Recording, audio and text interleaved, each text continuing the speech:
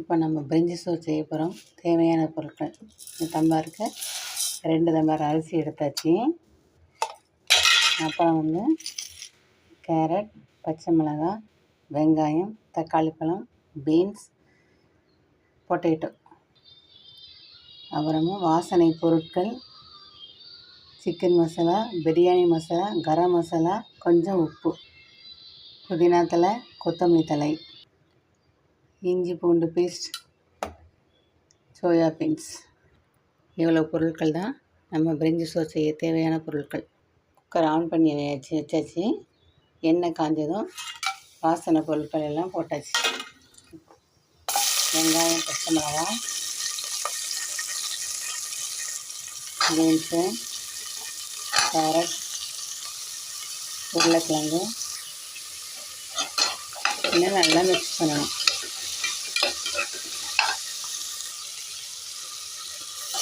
இஞ்சி பூண்டு பேஸ்ட்,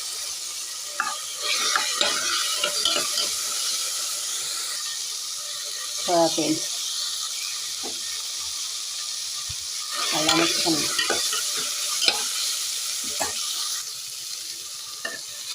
புதினா கொத்தமல்லி,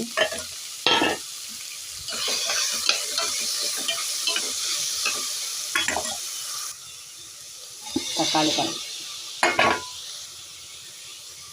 சிக்கன் மசாலா, பிரியாணி மசாலா, கரம் மசாலா, கல்லுப்பு.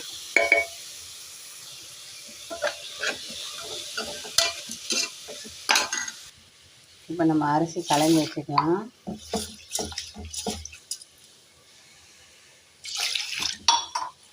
நல்லா அரிசியை கலந்து வச்சுக்கலாம்.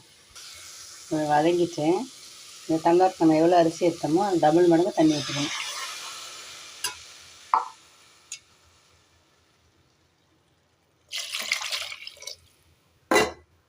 நல்லா கொதி வந்துச்சு. நம்ம அரிசி கழுவி வச்சோம்னா அதை உள்ளே போட்டுக்கலாம்.